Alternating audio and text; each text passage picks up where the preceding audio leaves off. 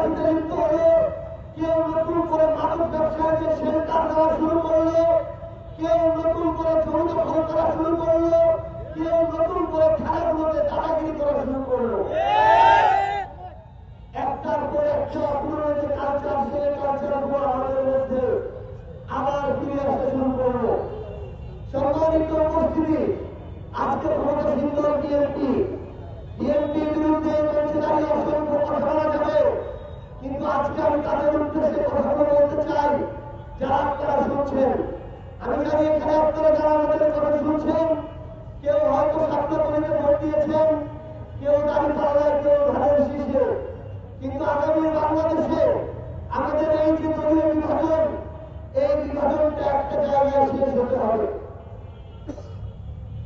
আমরা বিশ্বাস করি আগামীতে আমাদের যে লড়াই, এই লড়াই মার্কার লড়াই হবে না, এই লড়াই হবে ন্যায় এবং অন্যায়ের মধ্যে লড়াই।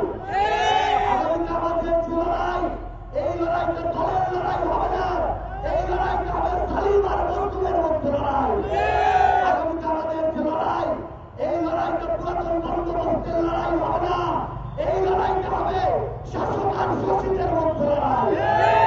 আমাদেরকে সিদ্ধান্ত নিতে হবে এই সময় যে যাচ্ছে, এই সময় কারা চাঁদাবাজি করছে, জমি দখল করছে, ক্ষমতার ব্যবহার করছে, মাদক ব্যবসায়ীদের আশ্রয় দিচ্ছে, কারা পিছন থেকে সন্ত্রাসী কার্যক্রমে আশ্রয় প্রশ্রয় দেওয়া হচ্ছে,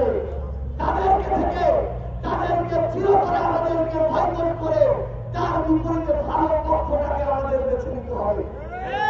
আমরা এনসিপি আছি, 11 দল আছে, আপনাদের যদি মনে হয় এই অপকর্মের সাথে আমাদের সম্পৃক্ততা নেই, আমাদের সম্পৃক্ততা অতি অন্য যে কোনো দলের তুলনায়, তাহলে আপনাকে ভালো পক্ষ বেছে নিতে হবে।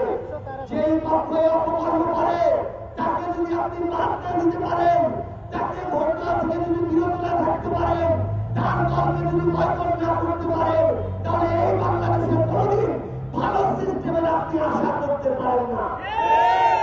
খালি ভালো আশা করবেন, আর যখন নিজের ভালো জায়গায় সমর্থন দেওয়া দরকার, ভোট দেওয়া দরকার, তখন আপনি আপনার জায়গা থেকে সেটা করতে পারবেন না।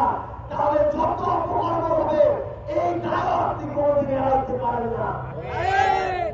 আমার দাদা একটা মার্কায় ভোট দিয়েছে, আমার বাবা একটা মার্কায় ভোট দিয়েছে দেখে আমাকেও যদি ওই মার্কায় ভোট দিতে হয়, আর না দিলে যদি আমার মান সম্মান চলে যায়, তাহলে তারা যে জুলুমের মধ্য দিয়ে গিয়েছে, তারা যে নির্যাতনের মধ্য দিয়ে গিয়েছে, আমারও তাহলে একই নির্যাতনের মধ্য দিয়ে যেতে হবে। তাহলে সবার আগে আমাদের মানসিকতার পরিবর্তন লাগবে, চিন্তার পরিবর্তন লাগবে, সিদ্ধান্তের পরিবর্তন লাগবে।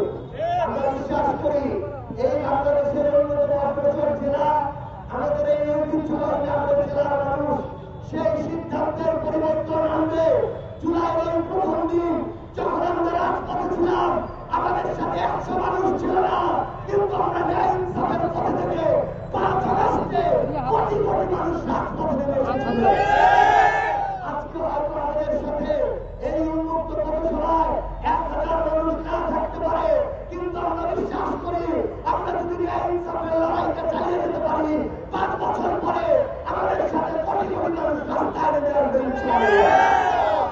আমরা আপনাদেরকে আহ্বান জানাই, আমরা অনেকে আপনাদের সন্তানের বয়সী, অনেকে আপনাদের ভাইয়ের বয়সী, আপনারা আমাদের পরামর্শ দিবেন। ভুল করলে চোখে আঙুল দিয়ে দেখিয়ে দিবেন। আপনি আমার ভুল ধরিয়ে দিলে আপনাকে আমি শত্রু মনে করবো না, কারণ আমার ভুলটা সংশোধনের মধ্য দিয়ে আমি এগিয়ে যেতে চাই।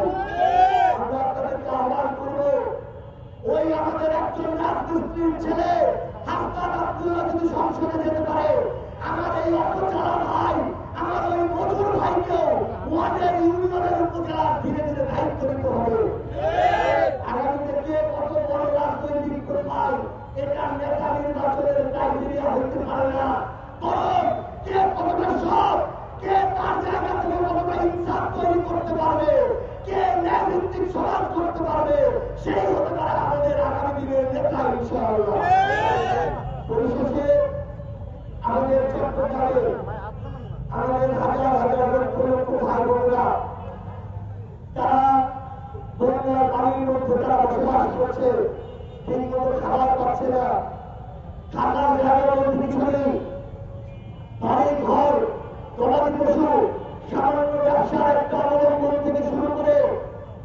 দেশের ঘুমানোর রাষ্ট্রস্থল সবকিছু তাদের স্বামী বসে যাচ্ছে। আমরা বাংলাদেশ সরকারকে অনুরোধ করবো, প্রত্যেকটা রাজনৈতিক দলকে অনুরোধ করবো, এখানে দলাদলির কিছু নাই, ভেদাভেদের কিছু নাই, দল মত নির্বিশেষে সবাই মিলে একসাথে আমাদের এই বন্যার্থ ভাইদের জন্য আমরা কাজ করুন। আপনারা একসাথে মিলে যদি কাজ করি আমরা, তাহলে ইনশাআল্লাহ